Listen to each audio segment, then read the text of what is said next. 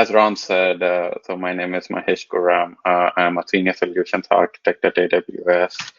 I have been with AWS for a couple of years now. So today we'll be talking primarily about this serverless and what is serverless. And we have when you go to some of these industry conferences or read some of the recent blogs, you hear a lot about serverless and a lot of people tending towards that. So we will start off with why people are considering serverless, and then towards the end, I'll talk about what are our AWS offerings to handle that. So we have been to the entire serverless microservices world pretty like about 2 decades now at Amazon, right? So this was back in 2001. The story goes like we had this huge monolithic application and we wanted to do some updates. And As you know, when you have this one monolithic application, which and you make a very small piece of code, it could be adding a new column to a table, or it could be changing one piece of line of code. The regression testing itself is as much cost as a development, and there are a lot of complexities involved on the release schedule and stuff. And that is when the team thought that it would be better for us to break it up into what we call two pizza teams. The premise behind that is you should be able to feed a specific team with just two pizzas. So you're looking about anywhere between 8 and 12 folks in one team to have handle one kind of service. So the idea then is becoming modular, right? So each module would be having its own two pizza teams, and then each module would be talking to another module in a certain specific fashion. And that basically decomposing that huge monolithic application into these smaller modules will increase agility, because now you really do not worry about how the other module is done. Most times it might be done in a totally different language you're not even aware of. But the advantage there is you can have purpose-built modules, in the sense for a specific module, let's say for something that is very concentrated on performance, you could have a solution or you could have a technology that is very specific to that.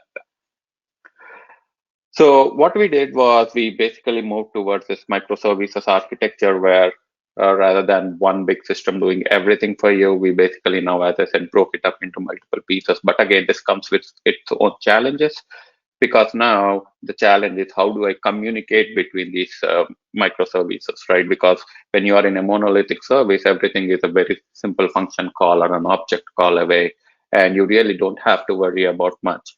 But with the monolithic, because now these are all different modules, the challenge is how do I communicate this and how do I do that at scale? Because that's another challenge with the monolithic application is scaling a monolithic application has a lot of challenges, right? Like there is only a certain limit till which you can vertically scale any solution because of a lot of because of the hardware constraints, the compute constraints. Whereas with microservices, you are still able to scale it up because now you are in modules, right? So there might be a heavy hit on one certain module, so you can scale that single module up, retaining everything else where it is. But again, the challenge, as I said, is how do I communicate? What if there is a failure in one module? Would the entire system break down? Again, those are some of the challenges that you will see with monolithic applications. So cloud native architectures, again, are very well, whenever you come to any cloud, you are very well with the cloud native architectures where everything is a microservice, or we tend towards moving people into the microservice environment because, again, they want to be small modular functions loosely coupled. When we mean loosely coupled, again, there are no hardcore dependencies on one another, but most of them are API calls. So it is more like an API economy. So one module would call a specific API from the other module and wait for the response, sometimes synchronously, sometimes asynchronously. And you have lot of functions built in, right? So for example, let's say a module is not responding. How do I handle it? Should I take the previous value I received from the modules? In some scenarios that works, and some it does not. So we can have a lot of built-in functionalities and maybe a microservice itself to handle all your error functionality. There could be a microservice that could be handling all your logging across your practice. So in order to handle these communications at Amazon, we basically the strategy lot of technology companies use is what we call messaging queues. So basically, when a specific message has to be sent to a different module, the message is placed from the producer of the message into a queue, and the consumer of the message retrieves it from the queue, processes a message, and basically based on whether they successfully processed or not, either delete the message from the queue or put the message back in the queue. And we have few ways in which we do that at AWS. One is the SQS, which is simple queue service, where you can put the message and messages can be retained over about 7 days based on how you want to. Again, these are all managed services, which means there is no configuration to start an SQS or an SNS in this case. Simple notification service where you want to notify, just not send the message, but you also want to notify. So a nice use case could be you also want to send the message to a different module, but also send intimation to a user that the process has failed, right? A good way it could be that. And also you can basically have a CloudWatch events. CloudWatch is our logging tool. So whenever you want anything, any specific event or a response to a certain thing, you can basically do CloudWatch events and respond to that based on however important it is. And other ways of again with microservices, other important thing is, okay, now you have designed this nice microservices, but how am I getting the data? Because again, there are multiple ways of getting it. One could be batch, but in real time, in the real world with serverless, we are seeing lot of movement towards real time data streaming, where it could be a video streaming platform, it could be data streaming. Like a good example could be stock market, or a good example could be something like a credit card fraud, right? Or like in scenarios like FINRA and stuff. So, for example, when you swipe a credit card and the system detects it as a fraud, it's a possible fraud. Most of us get alerts on our phone saying that could be a transaction. So behind the scene, there is a lot of computation that has been happening. So that is something you want to look out for. And again, the Amazon DynamoDB is another way in which you can scale microservices. For us, for DynamoDB, the specific use case is, let's say you have the scenario where you have the database, but when think about writing into the database, there are a lot of complexities that are involved today, right? So we talked a lot about computation on how you want to scale up and scale down with microservices and stuff, but your data environment is still the same, right? You have a database or a NoSQL database, and the number of connections are limited. So if I have a very robust, scalable compute service through serverless, but my database is my weak link, again, I'm going to have challenges there because I'm going to have only certain number of connections. I'm going to only do certain things certain way. So we don't want that kind of bottleneck.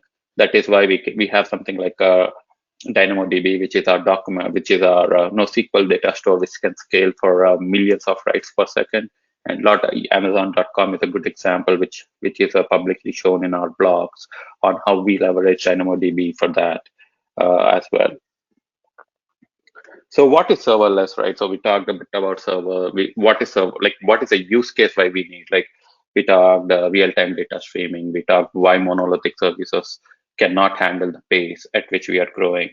So is serverless really serverless? No, actually we have servers behind the scene. The only thing is we at AWS maintain those serverless components for you. So for example, if you say this is my code, and I want to run it in so and so environment, we take care of all of that on getting the environment up, getting your libraries up, getting everything set up. So all you're getting to the table at this time in serverless is just your code. And the other nice thing is you're not paying for any idle instance, right? So other options could be maybe you can have an EC2 instance or some kind of server in the cloud running your code. But remember, if the server is not running, you're still paying for that.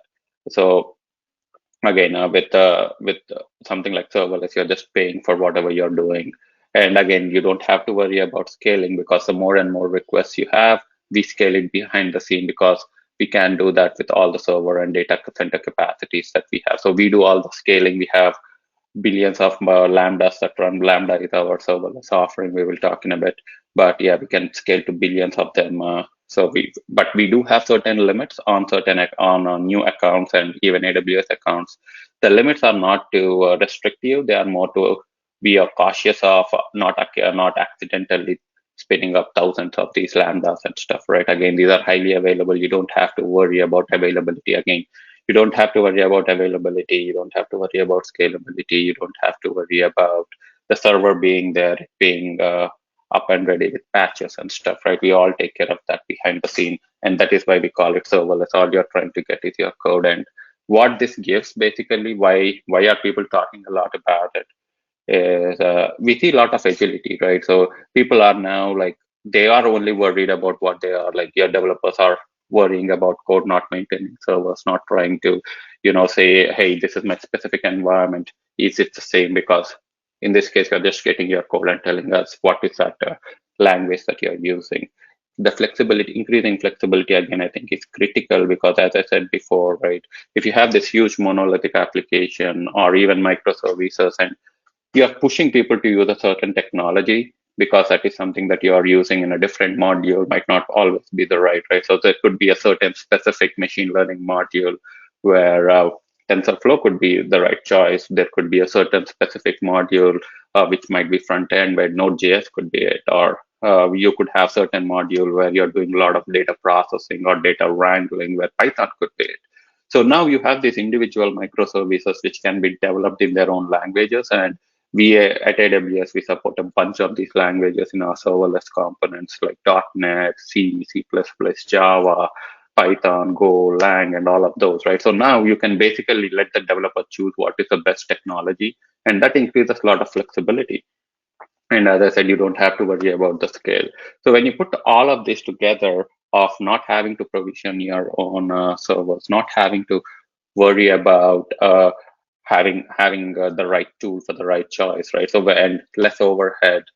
You will see the time to market really increase because your developers are concentrating what they are best at, which is developing the right code and developing these modules and handling it.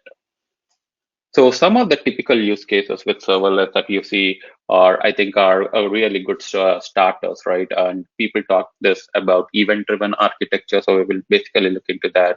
So in this case, the first one is where I'm moving from the left to right? So the first one is where you take an object. It could be a file or it could be any kind of image and put it into an object store. In our case, it is Amazon S3. That basically triggers a Lambda event, right? So if you think about what are the possibilities that can happen, for example, you could, I think I have a use case that I did before joining AWS that I can share, but think about it like you're now dumping files into some kind of data lake, and the data lake now looks at the file extension. So if it is an image, it says, okay, I have an image. Let me go and process the image. If it is some kind of CSV, it could say, okay, this is a CSV. I can go and do an ETL job, load that, see what data it is, and load that accordingly, right? So there are a lot of things that can happen there.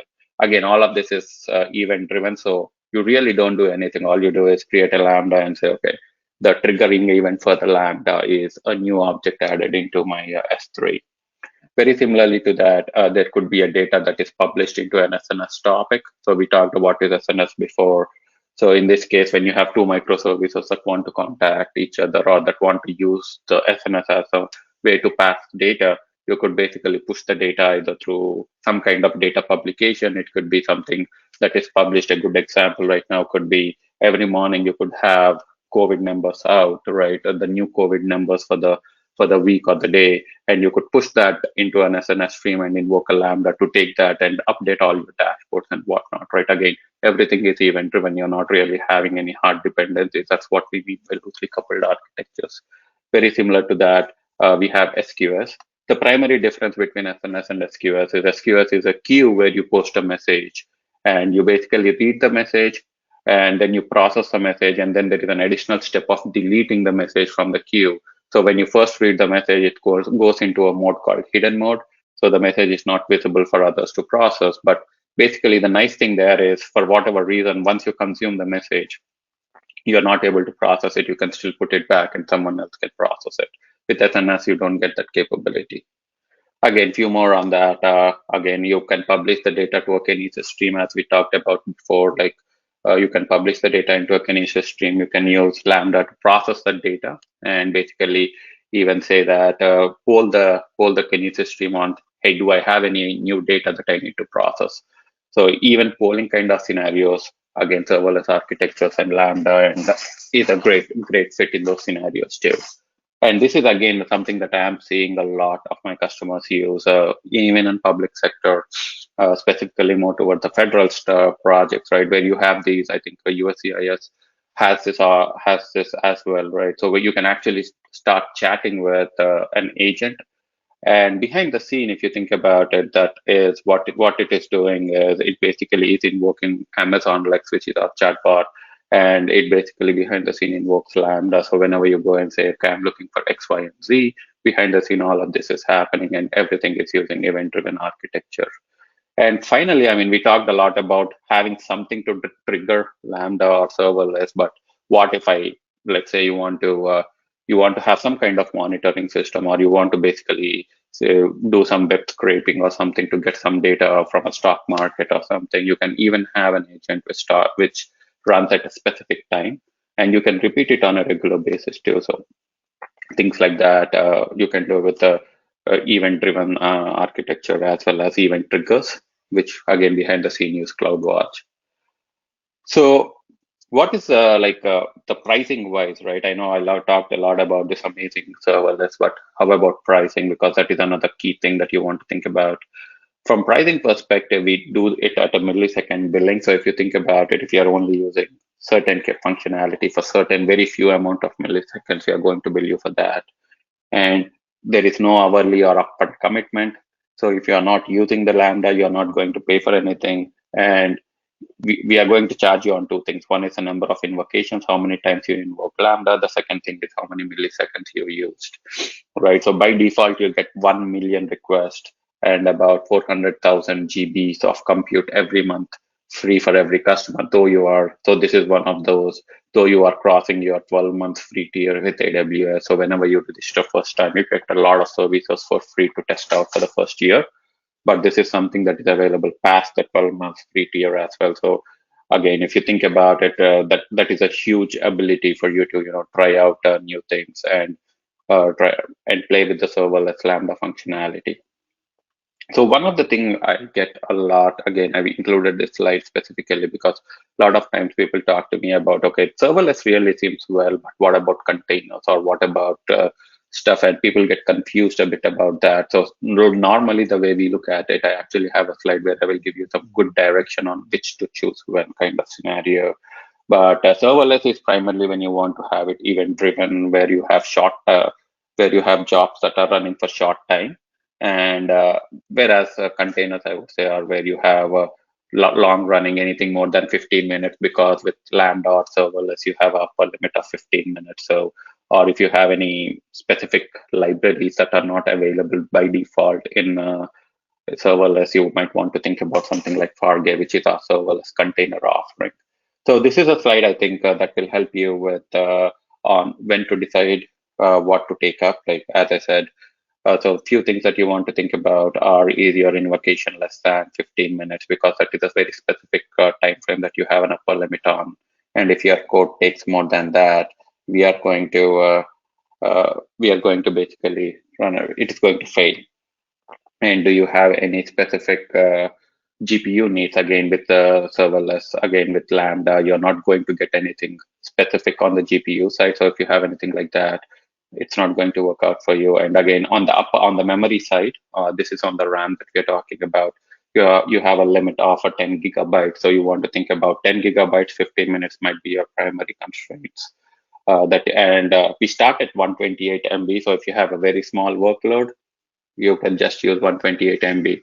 But if you have a huge workload like uncompressing files or doing some data processing, at that time your 10 GB might be useful.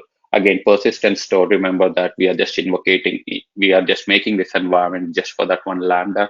So there is no persistent store and stuff. So if you have all of those met and you are within the constraints of serverless, again, there are some throughput limitations on having 1,000 invocations per second.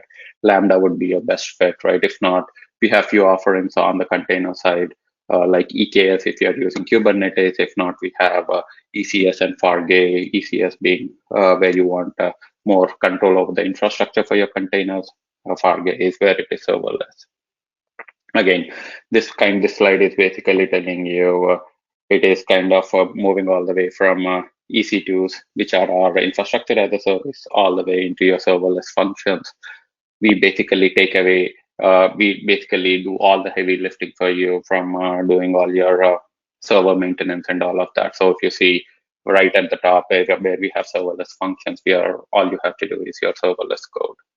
So we talked a lot about this, and now I think possibly you guys are thinking about, okay, now you talked a lot, and how am I going to maintain all these relationships? How am I going to have scenarios like, okay, I need this serverless.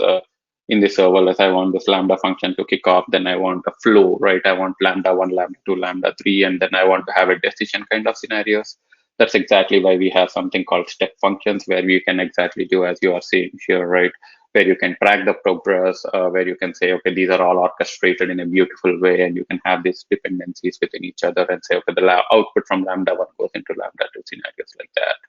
And in this case, it could be something like this, right? You are submitting a job, waiting for like seconds, and then you basically do your Lambda function, and then you can even check the status of that Lambda function, whether it's done or not. If it is not done, you can move on. If it is done, you can basically say, okay, the job succeeded or failed in scenarios like that. Again, you don't have to use Lambda with your step functions. You can directly do it even without your step functions as well. And you can actually integrate it with a lot of other stuff too. So in this case, right, so I was talking about extracting the metadata information for you. So basically, once you put a file into S3 or something, right, so now you basically can extract the type of the image, then take the data, basically use recognition. It is our tool. It is our AWS AI service where if you pass in an image, it will tell you if they have celebrities, if it detects a specific location based on or like if you have Statue of Liberty, it says, okay, it knows that it is in New York, it knows the geographic coordinate, it might stuff like that, right? And then it automatically can add tags. And all of these can happen behind the scene with a very simple set of Lambda functions. Again, you're not, think about it, you're not even having a single server in this. Everything is event driven. So the moment the file falls in. So this was something that we did a long time back, like few years back when we did with step functions and a bunch of lambdas, right? So this was for our data lake ingestion when we did. So you basically have a file which comes into a temp bucket, and then basically it triggers a bunch of these, right? So things like you can see here, it basically tries to decrypt the file. It basically tries to validate the file, whether it's supposed to have the hash that it has hashed. So we get a hash file with the metadata as well. We basically validate nothing has gone wrong during the process of transmission. We also do decompression. All of these, again, if you think about it, doing a decompression or unzipping the file or checking, decrypting the file, and stuff like that. All of these can be done in individual Lambda functions, and all of these can be well orchestrated in a step function. And all of this behind the scene can interact with your databases, right? In our case, we use DynamoDB and MySQL. And we also have, when something goes wrong, we also had a Lambda for file error handling, right? Rather than having individual error handling modules, we came up with a microservice for that. So now, if you think about it, there is no server in this entire ingestion process. Everything is event driven. And if there are a bunch of files that are coming in, each Lambdas can scale, right? So, for example, it could, if I have a lot of files to decrypt, I can scale that single Lambda to a lot more instances and decrypt because they are not dependent on each other and stuff like that, right? So again, a real-time example of how you can do this. I know a lot of federal agent, or federal company, federal agencies, and a lot of higher education and public sector in general are looking at data lake. So again, a very simple way of doing data lake in a serverless fashion. So again, we talked a lot about data lake. We talked a lot about serverless. Again, serverless is just one of our compute offerings for the managed services. We do have a lot of others for the databases, messaging and stuff. So in the interest of the time, I'm not going to dive too much deep into that. But yeah, there are a couple of really good use cases. A good example for the public sector could be FINRA, where they process about half a trillion of stock trades that happen every day through and basically there is a validation process. There are a bunch of lambdas that run behind the scene to do that validation. And also there are a lot of commercial examples, like Expedia is a good example. Like they trigger about a 1.2 billion lambdas a month. If you think about think about that, that is huge number. Again, the advantage for the customer is they really do not have to worry about any server maintenance. All they have to do is, because, and also from a pricing perspective, it is very economical. given that you're only paying for the resources that you're using and the number of invocations. I think that is all I had, and I know I'm top of the hour here. So, Ron, if you have any questions in the chat, I would be happy to answer.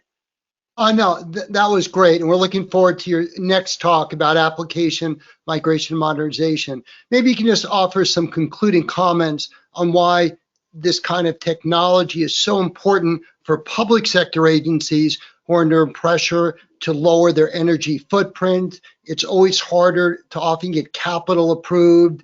There's so much data center consolidation, without getting into the controversy between the AWS, Microsoft disagreements on the JEDI contract. Regardless of what the future will be, it's clearly going to be cloud-based. And maybe you just comment on why, especially in the public sector, this is so powerful. Like if you think about some of the people in Florida or any other places dealing with hurricanes and weather, you don't want to worry about backing up your data center in Florida. You just want to make sure it'll work, and because of AWS's redundancy, it can largely do that. Is that a reasonable concluding thought on why serverless is so powerful for government agencies?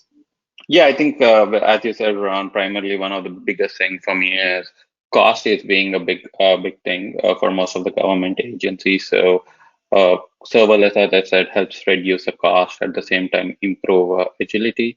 And as you said, a lot of government agencies are thinking about moving away or are in the path of decommissioning some of the hardware they have. So again, I think serverless would play a very great role on how you want to think about migrating it. And in addition to that, it very well aligns with some of the newer technologies and app modernization that I'm going to talk about later today. And when things go wrong, as you said, you want quick response. At that time, you don't want to be thinking about how do I scale and scenarios like that. So you want to offload all of that to your vendor. So in this case, for AWS to do all the scaling and to be ready whenever that time is needed to scale out for those millions of requests that might come in, right? So we have so scenarios like that, I think, is going to be extremely important. I think it's great. Again, when you think about what happens, either suddenly there's a pandemic, what happens if there's a new, God forbid, virus variant breakout, suddenly your state or even your local public health agency or something as big as CDC, suddenly the website traffic goes through the roofs. How do you scale up? Or if, Right. God forbid, there's a hurricane and suddenly you're relying upon your on-prem servers, the last thing you want to do is worrying about your backup generators and your internet connection and your power and what happens. Do people need to get there? What you want to worry about is, okay, we have bandwidth.